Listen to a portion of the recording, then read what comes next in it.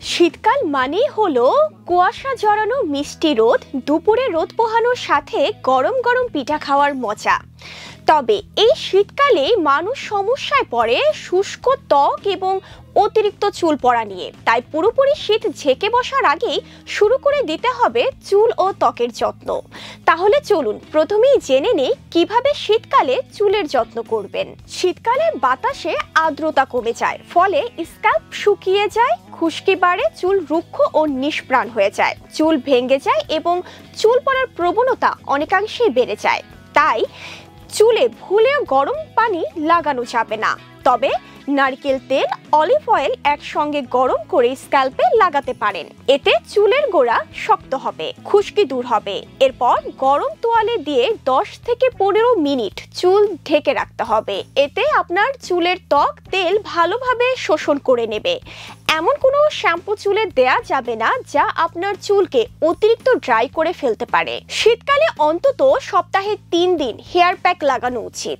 যেমন ডিম, দই, অলিভ অয়েল একসঙ্গে মিশিয়ে চুলে লাগিয়ে 30 মিনিট রাখুন। এরপর শ্যাম্পু করে ফেলুন। সারা রাত মেথি ভিজিয়ে রেখে বেটে চুলে লাগাতে পারেন, এতে চুল ঝলমলে হবে। চাইলে ঘুমানোর আগে চুলের গোড়ায় অ্যালোভেরা জেল মাসাজ করতে পারেন। এতে স্ক্যাল্প আর্দ্র থাকে ও খুশকি কমে যায়। এছাড়া যে কোনো হেয়ার টুলস ব্যবহার করা থেকে বিরত থাকুন। এবার আসুন জেনে নেই শীতের শুরুতে বা শীতকালে কিভাবে ত্বকের যত্ন করতে পারেন।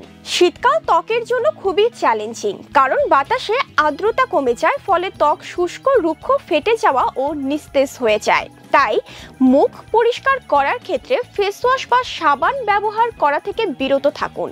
এর পরিবর্তে টোনার ব্যবহার করুন। তবে দিনে একবার আপনি ফেস ওয়াশ ব্যবহার করতেই পারেন। নিয়মিত ময়শ্চারাইজার লাগান এবং শীতকালে সূর্যের ইউভি রশ্মি থেকে ত্বক ক্ষতিগ্রস্ত হয়, তাই ভুলেও সানস্ক্রিন ব্যবহার করতে ভুলবেন না।